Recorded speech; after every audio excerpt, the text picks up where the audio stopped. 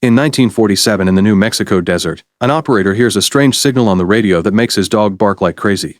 The man connects a few more machines but can't understand the weird noise, so he calls another station that tells him the signal is coming from Roswell. Taking the dog and the radio with him, the operator goes for a ride until he sees some smoke and a light in the distance. His truck suddenly loses power and the dog jumps out barking.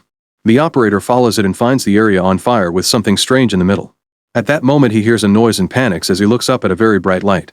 In Antarctica in 2003, a group of scientists sees on the scanner a strange object buried 5 meters under the ice. Not knowing what to do with it, they decide to send it to a NASA research station. Meanwhile in the University of California, cryptologist Julian is trying to teach his class while a student keeps flirting with him. Since he's ignoring her, she emails him a naughty message, but he just closes his laptop. After class Julian meets with Dr. Bachman, who has received a satellite image of the strange object they found in Antarctica. It's so big that at first they thought it was a fossilized whale, but then they identified a strange radio signal coming from it. They've recorded the signal on a CD that Bachman gives to Julian to study. A few hours later, Julian is obsessed with the hidden meaning of the signal. It has discriminated text and pulse groups, meaning it's not random at all. Running a special software on the computer shows the signal has an impressive frequency, stronger than anything on Earth. Julian takes these results to Bachman and convinces him to get him a place in the investigation. In the meantime, in a research lab on the Falkland Islands, 2 scientists also find the strange radio signal, and since they can't figure it out, they send it to an observatory in Arizona. There, another 2 scientists notice the signal has been boosted and agree to send it to NASA. A few days later Julian is on a plane reaching Antarctica. A raging storm makes the plane shake like crazy and the pilots are having trouble getting ready for landing since visibility is low. Thankfully the base has bright lights and the pilots use them as guidance to land. The plane slides for a bit but thankfully comes to a stop before anything happens. When Julian finally enters the base he's welcomed by Nyla, who shows him around and introduces him to the boss Dr. Gurak. Next Julian is taken to see the mysterious object, which has been dug out but it's still covered in ice.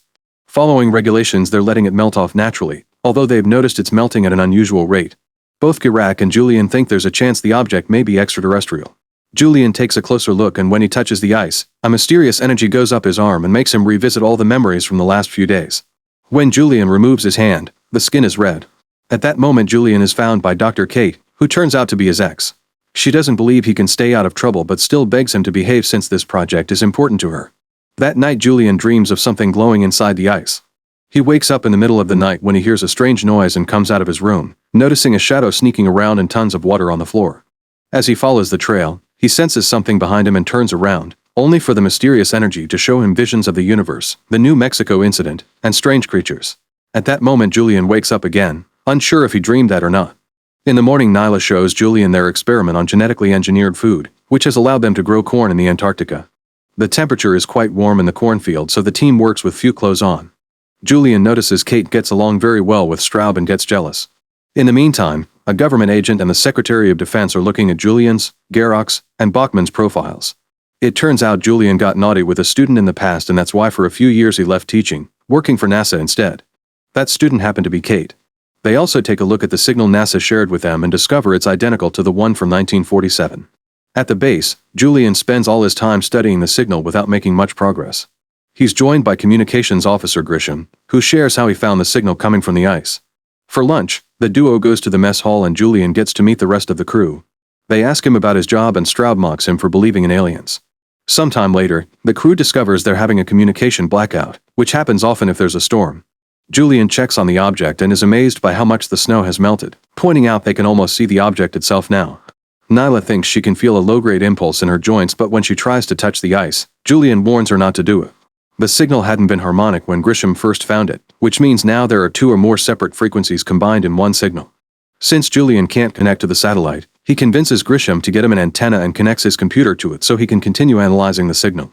The next morning the whole building shakes for a few minutes and the mysterious object falls from its hangars. The crew goes to check on it and finally sees the object itself because there's little ice left.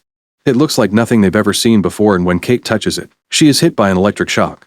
They conclude the object is igneous rock formed by an eruption, which points toward a meteorite.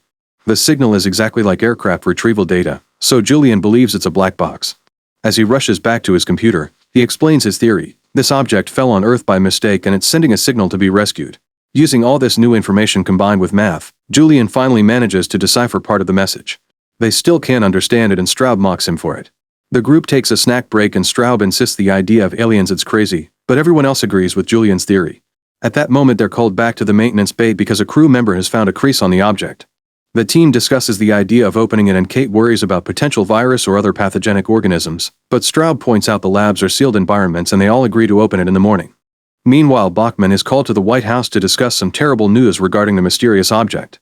Contacting the base is still impossible because of the weather, but the government has already allied with a Russian submarine and sent it toward the base with nuclear warheads ready to launch. The next morning the team connects the object to one of their machines using cables and provokes an electrical reaction that neutralizes the shocks. The object is still generating current inside, but now they can touch it without getting hurt. Then they use a saw to start cutting the object open, finding a softer layer under the tough outside. Hirak takes a piece from the object and confirms it's some carbon alloy that was exposed to extreme heat. On Julian's computer, the message keeps changing and he tells Nyla the object is trying to communicate. When Nyla says it's like the video game Mind Maze, it gives him an idea on how to tackle the message, and after some trial and error he finally manages to translate it. It says do not open. Julian and Nyla freak out and run to the maintenance bay, but when they get there it's too late. A glowing energy is coming out of the object and making the saw man scream in pain. His body starts melting and soon an explosion happens, hurting multiple crew members and destroying most objects in the room. It also brings down the generator, which shuts power down in the base until the emergency batteries take over. After getting some flashlights, the rest of the group goes down to the bay to check on the wounded employees. Everyone is alive except for the sawing guy, who is burned to death. When they take a closer look at the hole the saw left in the object, they're surprised to discover weirdly looking organic parts. Pilot Tony pokes it with a broom handle and the membrane starts burning away until a new hole reveals what's truly inside the object, a frozen alien. They can't tell if it's just sleeping or actually dead. Suddenly Nyla says she feels sick as her nose starts bleeding. She falls on her knees and her face begins melting as well. Soon more and more employees start going through the same, making the group realize there's some kind of virus that escaped from the object and is now in the air, killing them one by one. Horrified, the few survivors run into a sealed room to be safe and watch the alien on the security cameras. Grisham tries to contact someone for help but the columns are still down. Hirak explains a disease sometimes slows down to avoid killing the thing it needs to live on, so there's a chance the survivors may be infected as well.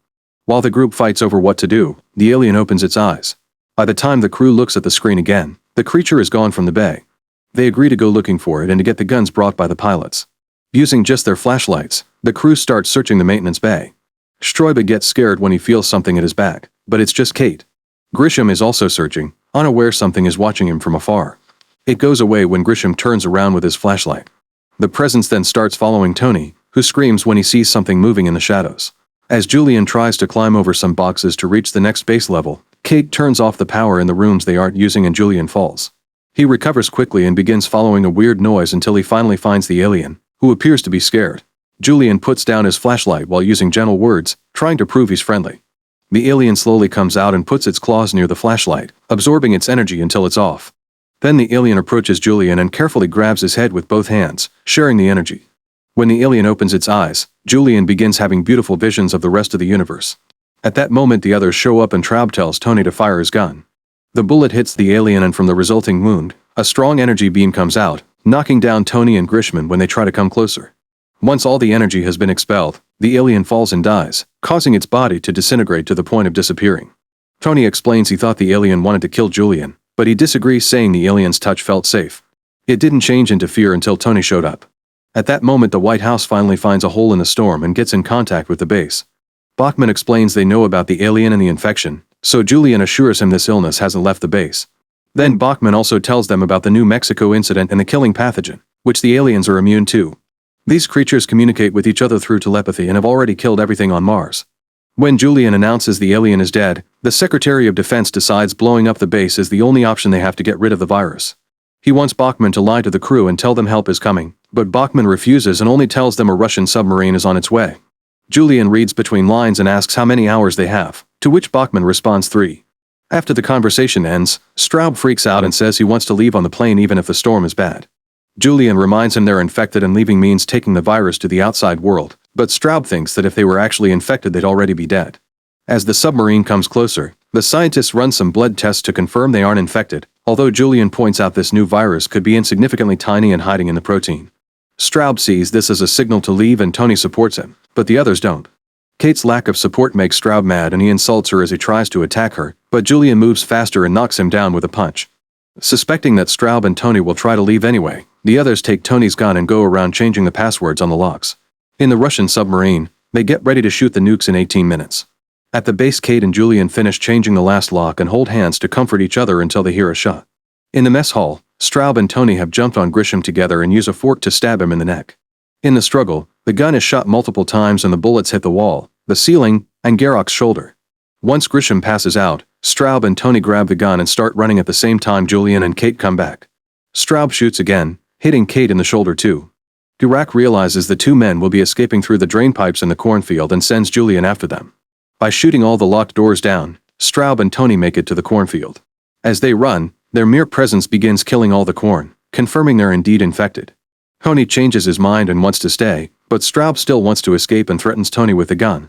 At that moment Julian appears at the window and Straub shoots at him first, but Julian ducks just in time. Tony uses the distraction to jump on Straub and starts fighting him for the gun. After some struggle, Straub overpowers him and shoots him down. Hearing Julian approaching, Straub continues to run away, killing every plant in the room as he passes by. He tries shooting Julian a couple of times but always fails. Eventually both men get into the pipes and quickly cross them to then find a huge set of stairs. The chase continues as they go up and Straub keeps on shooting to no avail. When he finally reaches a hatch, he immediately rushes outside only to find a vortex of energy that traps him. Julian comes out too, yet an invisible barrier keeps him from moving further. He tries telling Straub not to move and to breathe slowly, but Straub doesn't listen and continues to panic because he can't breathe. Little by little the energy covers Straub's body and disintegrates him until there's nothing left. The energy slowly covers Julian as well, only to show him more places in the universe and the incoming nuke. Julian finally understands the energy vortex is an alien spaceship that came to rescue the now dead alien, and he runs back inside to get the remaining survivors, Kate, Garrock, and a scientist girl. He opens the front door to go outside faster and others are a bit wary at first, but they quickly understand when they see two aliens inside the vortex. The girl and Garrock go ahead first, then Kate and Julian follow them while holding hands. The spaceship absorbs all four of them and flies off right before the nuke hits the base, blowing it up. A few hours later, the government sends out a cover-up story saying the base was destroyed by an experimental nuclear reactor and calls all the dead people fallen heroes. However, the four survivors are now flying through space. Make sure to subscribe and turn on notifications so you can watch more videos like this. Thanks for watching.